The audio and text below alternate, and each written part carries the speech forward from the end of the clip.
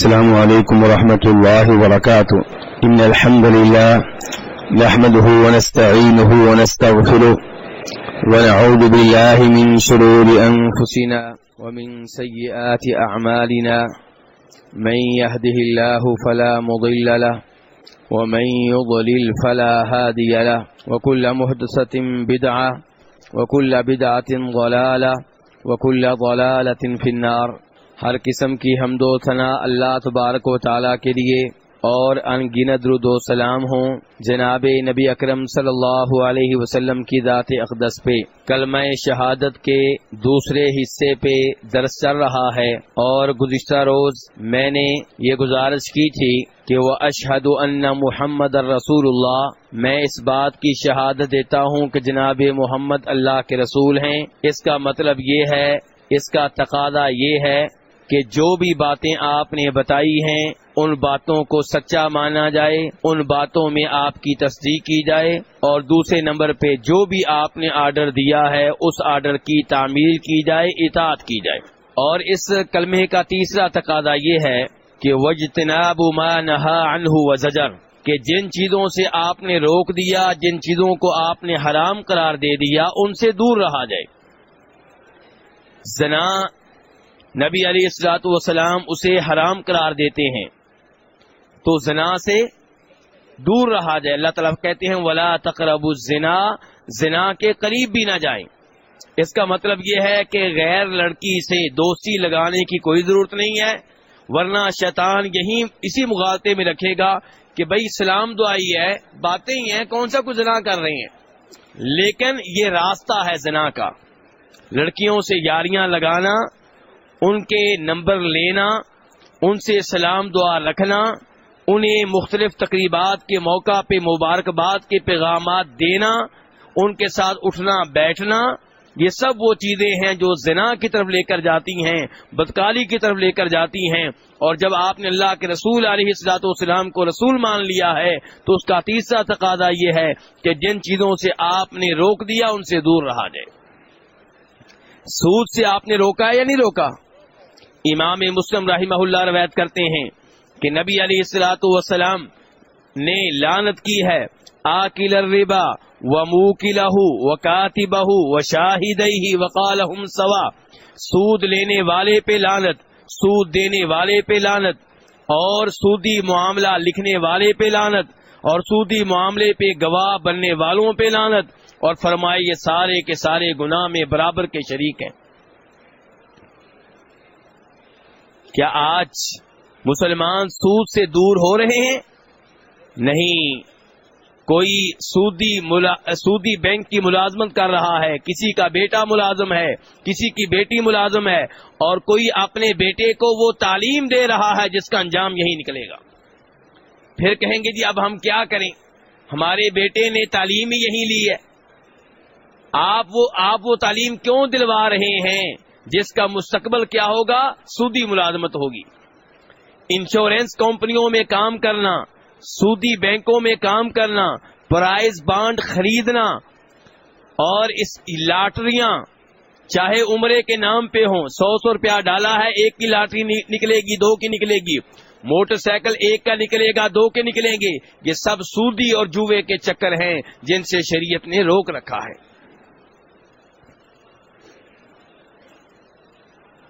وہ معاہدے جن معاہدوں میں یہ چیز شامل ہوتی ہے کہ آپ حکومت سے یا کسی بینک سے یا کسی کمپنی سے ٹریکٹر خریدیں گے، گاڑی خریدیں گے، پلاٹ خریدیں گے قسطوں پہ، اور قسطیں لیٹ ہو گئیں تو جرمانہ ادا کریں گے، یہ سود ہے، اور اس معاہدے پہ آپ سائن کر کے آتے ہیں۔ نبی علیہ الصلوۃ والسلام نے قتل و غارت سے روکا ہے۔ معمولی بات پہ دوسرے کو قتل کر دینا، تھپڑ مار دینا، اس کی بے عزتی کرنا، اس کی توہین کرنا، اسلام اس سے روکتا ہے، نبی علیہ الصلوۃ والسلام اس سے روکتے ہیں، اور ہم نے آپ کو رسول مان لیا ہے۔ آپ کو رسول ماننے کا تیسرا تقاضا یہ ہے کہ جن چیزوں سے آپ نے روکا ہے ان چیزوں سے دور رہا جائے۔ صحابہ کرام نے آپ کا کلمہ پڑھا، آپ کو رسول مانا تو رسول ماننے کا حق ادا کر دیا۔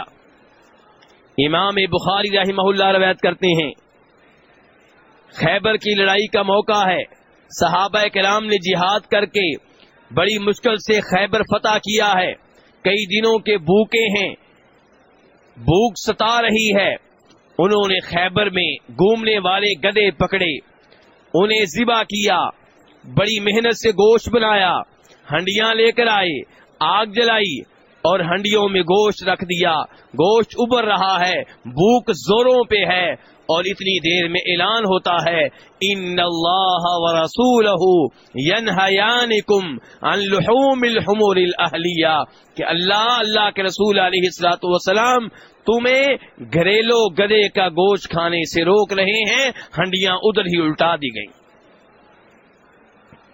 یہ نہیں کہا کہ بھئی اچانک اعلان ہوا ہے کہ گدھے کا گوشت حرام ہے، پہلے نہیں بتایا گیا، اب ہم ذبح کر چکے، چمڑا اتار چکے، گوشت بنا چکے، ہنڈیوں پہ رکھ چکے، ایک دفعہ کھانے دیں، آئندہ ٹھیک ہے نہیں کھائیں گے۔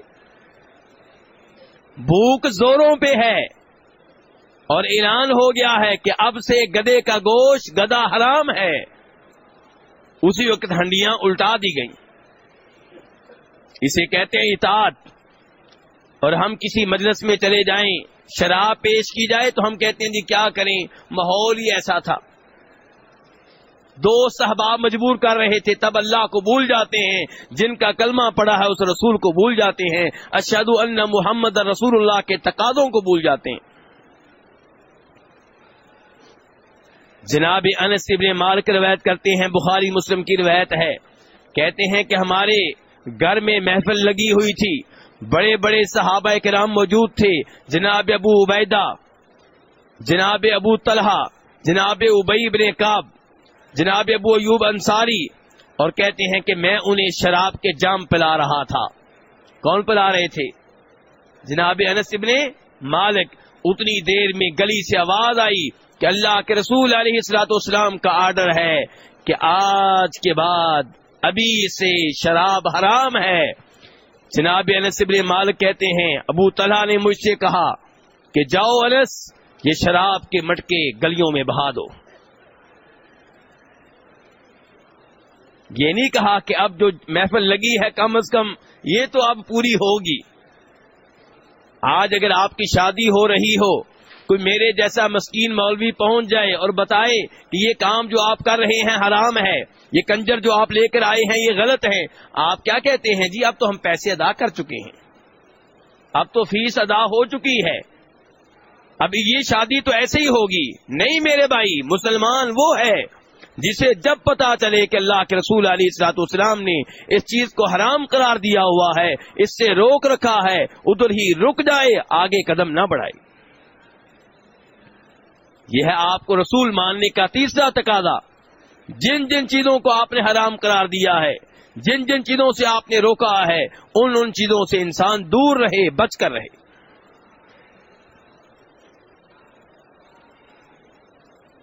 آپ کو رسول ماننے کا چوتھا تقاضا یہ ہے کہ عبادت اللہ کی جائے، لیکن طریقہ عبادت وہ اختیار کیا جائے جو نبی علیہ الصلوۃ والسلام نے بتایا ہے۔ وَأَلَّا يُعْبَدَ اللَّهُ إِلَّا بِمَا شَرَعَ، کہ عبادت اللہ کی، طریقہ عبادت کس کا؟ نبی علیہ الصلوۃ والسلام کا۔ آپ کو رسول مان لیا ہے، نبی مان لیا ہے، لیکن یہاں بھی ہم نے اللہ کے رسول علیہ الصلوۃ والسلام کو بلا دیا، عبادت میں نئے نئے طریقے نکال لیے۔ نماز کا طریقہ وہ نہیں ہے جو نبی علیہ الصلوۃ والسلام کا تھا، عمرے کا طریقہ وہ نہیں ہے جو نبی علیہ الصلوۃ والسلام کا تھا، اور کتنی عبادات ہیں جو دین میں نہیں ہم نے داخل کر دی ہیں۔ نبی علیہ الصلوۃ والسلام 2 عیدیں دے کر گئے تھے، آپ کا کلمہ پڑھنے والوں نے تیسری عید نکال لی ہے، اور نام کیا رکھا؟ عید میلاد النبی صلی اللہ علیہ وسلم۔ کیا اللہ کے رسول علیہ الصلوۃ والسلام دین مکمل دے کر نہیں گئے تھے؟ آپ نے تیسری عید کیوں نہیں بتائی؟ آپ کو ماننے والے 27ویں رجب کو شب معراج کے نام پہ تہوار مناتے ہیں، شب بداری کا اہتمام کرتے ہیں۔ دعویٰ یہ ہے کہ ہم نے آپ کا کلمہ پڑھا ہے، اور آپ کے دین میں تبدیلیاں، آپ کے دین میں نئی عبادات، آپ کے دین میں نئی عیدیں، آپ کے دین میں نئے تہوار داخل کیے جا رہے ہیں۔ کہیں پہ تیجا ہے، کہیں 7واں 40واں برسی عرس، یہ سارے تماشے ہیں جو دین میں داخل کیے جا رہے ہیں۔ نبی علیہ الصلوۃ والسلام کا صحابہ کرام سے ان امور سے کوئی تعلق نہیں ہے۔ آپ تو ہر خطبہ جمعہ میں فرماتے تھے، مسلم شریف کی روایت ہے، ابو داؤد میں بھی آئی ہے، ارباز بن ساریہ جناب جابر روایت کرتے ہیں کہ نبی علیہ الصلوۃ والسلام اپنے خطبے میں فرمایا کرتے تھے وَإِيَّاكُمْ وَمُحْدَثَاتِ الْأُمُورِ، کہ لوگوں دین میں نئے نئے کام نکالنے سے دور رہنا، نئے نئے کاموں پہ عمل نہ کرنا۔ وَكُلَّ مُحْدَثَةٍ بِدْعَةٍ، یاد رکھنا کہ ہر نیا کام بدعت ہے، وَكُلُّ بِدْعَةٍ ضَلَالَةٍ، اور ہر بدعت گمراہی ہے۔ لیکن آپ کو ماننے والے کیا کہتے ہیں، آپ کا کلمہ پڑھنے والے کیا کہتے ہیں؟ رسول کہے کہ ہر بدعت گمراہی ہے، آپ کو ماننے والے کہتے ہیں نہیں یہ بدعت حسنہ ہے۔ نبی علیہ الصلوۃ والسلام کہہ رہے ہر بدعت گمراہی ہے، آپ کو ماننے والا کہتا نہیں جس بدعت کو ہمارے مولوی صاحبان نے، ہمارے مسلک کے علماء کرام نے جائز قرار دیا وہ بدعت حسنہ ہے، وہ چلے گی۔ چور راستے دین میں تلاش کر رکھے ہیں، اور کلمہ آپ کا پڑا ہوا ہے۔ جناب عبداللہ بن عمر صحابی رسول صلی اللہ علیہ وسلم ورضی اللہ تعالی عنہ، وہ کیا فرمایا کرتے تھے؟ کل بدعۃ ضلالہ وان رآها الناس حسنہ۔ امام محمد ابن نصر المروزی اپنی کتاب سنہ میں روایت کرتے ہیں، سند بالکل صحیح ہے، عبداللہ بن عمر کہا کرتے تھے ہر بدعت گمراہی ہے، اگرچہ لوگ اس بدعت کو اچھا قرار دیں، بدعت حسنہ قرار دیں، وہ بدعت گمراہی ہے۔ صحابی کہہ رہے ہیں۔ اور امام مالک رحمہ اللہ کیا کہتے تھے؟ من ابتدع فی الاسلام بدعۃ یراها حسنۃ فقد زعم ان محمدا خان الرسالہ صلی اللہ علیہ وسلم۔ امام مالک کہہ رہے ہیں جو کوئی دین میں کوئی بدعت لے کر آئے، نیا کام لے کر آئے اور دعویٰ یہ کرے کہ یہ بدعت حسنہ ہے، یہ اچھی بدعت ہے، وہ یہ کہنا چاہتا ہے کہ نعوذ باللہ نبی علیہ الصلوۃ والسلام نے دین پہنچانے میں خیانت کی ہے، کیونکہ اللہ کا اعلان ہے الیوم اکملت لکم دینکم، میں نے دین مکمل کر دیا۔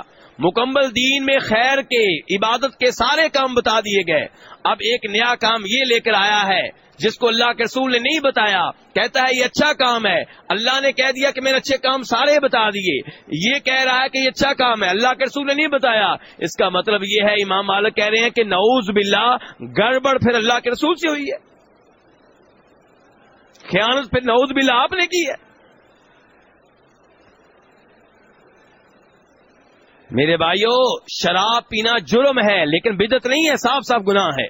ڈاکہ ڈالنا جرم ہے لیکن بدعت نہیں ہے۔ بدعت کسے کہتے ہیں؟ اس نیکی کو کہتے ہیں جس کو آپ عبادت سمجھتے ہیں، لیکن نبی علیہ الصلوۃ والسلام کے اس پہ سٹیمپ نہیں ہے، وہ نیکی نہیں ہے، وہ گمراہی ہے۔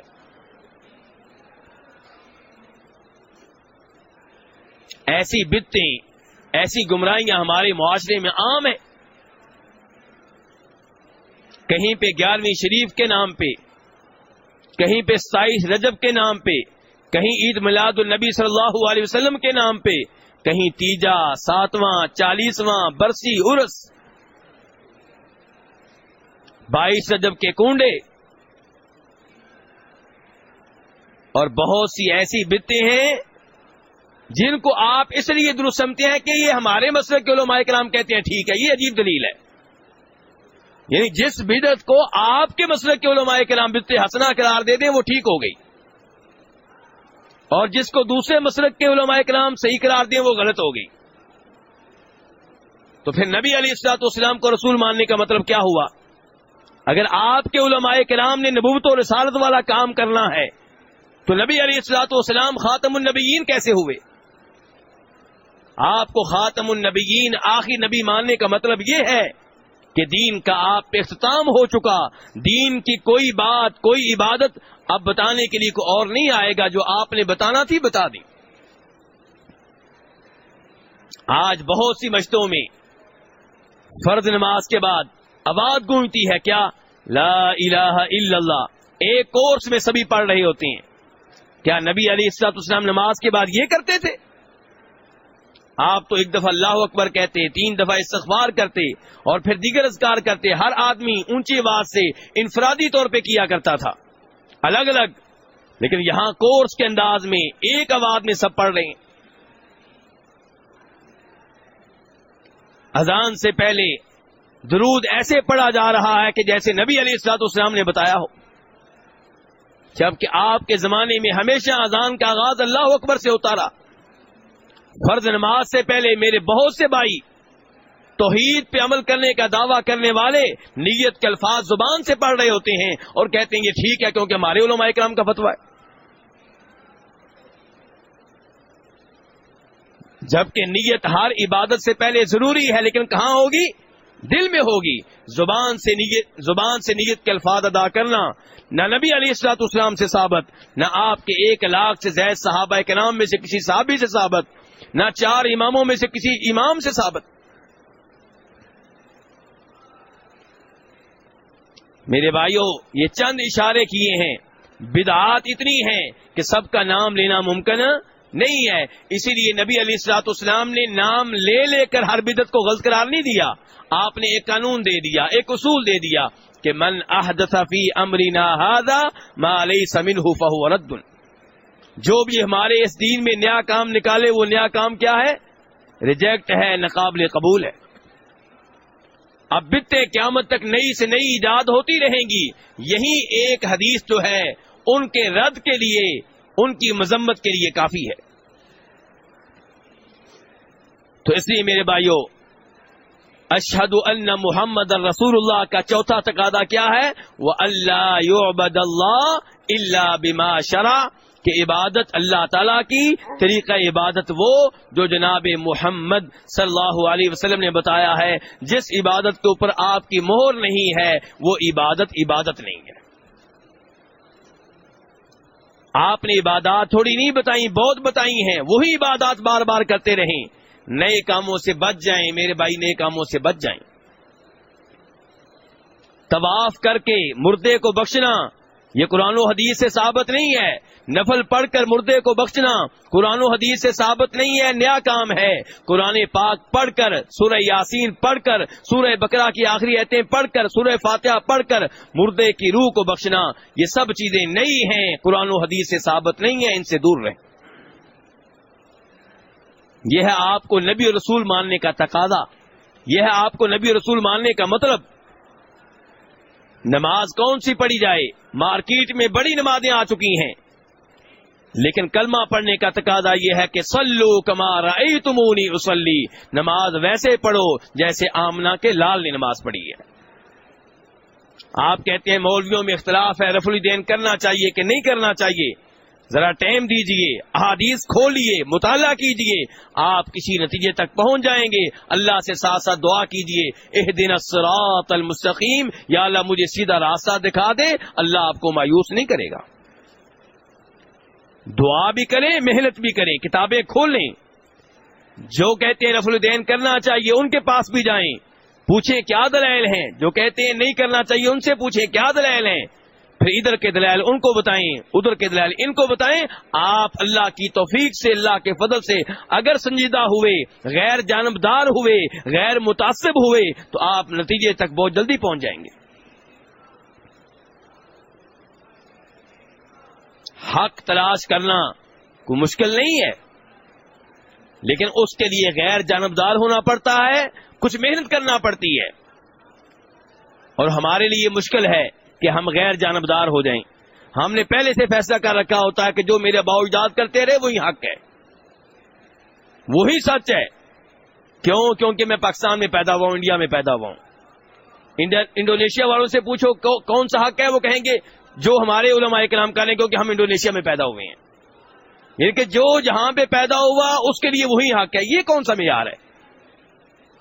وَأَشْهَدُ أَنَّ مُحَمَّدَ رسول اللہ کا مطلب یہ ہے کہ حق وہ ہے جو آمنہ کے لال نے بتایا ہے.